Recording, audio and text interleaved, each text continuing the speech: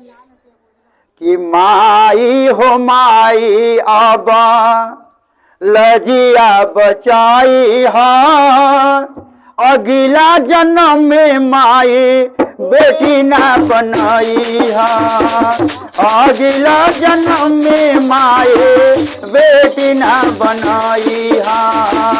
माई हो माई अब लजिया बचाई हा, अगला जन्म में माई बेटी ना बनाई हा, अगला जन्म में माई बेटी ना बनाई हा। और क्या बचपन से माई बाप करे दुई भाई, अपना बेटी के लोग समझे पराई।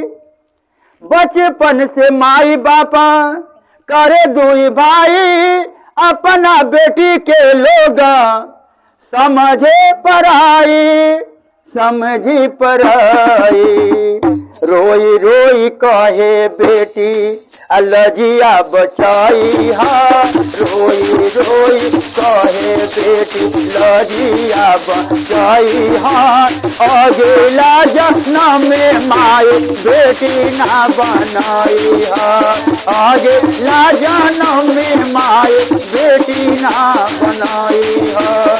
माई हो माई अब लजिया बचाई हा, अगला जन्म में माई बेटी ना बनाई हा, अगला जन्म में माई बेटी ना बनाई हा, अगला जन्म में माई बेटी ना बनाई हा। और क्या बीच बाजार मोरा इज्जत मोरा छीने, अन्न का बहू बेटी के कोई नाही चीन्हे।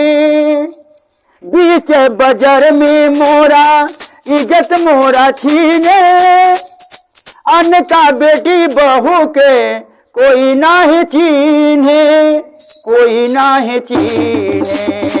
रोई रोई कहे बेटी लजिया बचाई हा, रोई रोई कहे बेटी लजिया।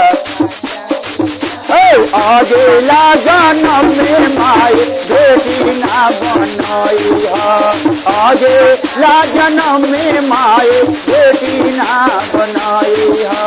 माँ हो माई अब लजिया बचाई हा, माई हो माई अब लजिया बचाई हा, अगला जन्म में माई बेटी ना बनाई हा, अगला जन्म में माई बेटी ना बनाई हा।